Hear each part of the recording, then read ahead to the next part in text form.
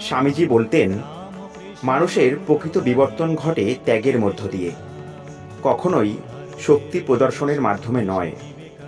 যে মানুষ নিজের সুবিধা, আরাম এবং অহংকারকে পাশে সরিয়ে রেখে অন্যের কল্যাণে নিজেকে উৎসর্গ করতে পারে, সেই মানুষই সমাজে সত্যিকার অর্থে একজন মহান মানুষ হয়ে ওঠেন।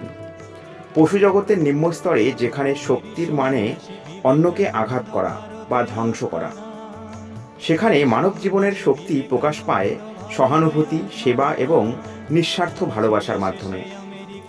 প্রতিদিনের জীবনে এই ত্যাগ খুব ছোট ছোট কাজের মধ্য দিয়েই শুরু হয়।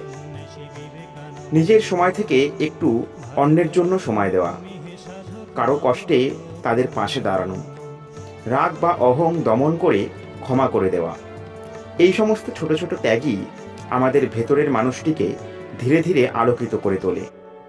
ত্যাগের পথেই মানুষের ভেতরের দেবত্ব জেগে ওঠে, আর সেখানেই মানুষের সর্বোচ্চ বিকাশ। প্রণাম স্বামীজি।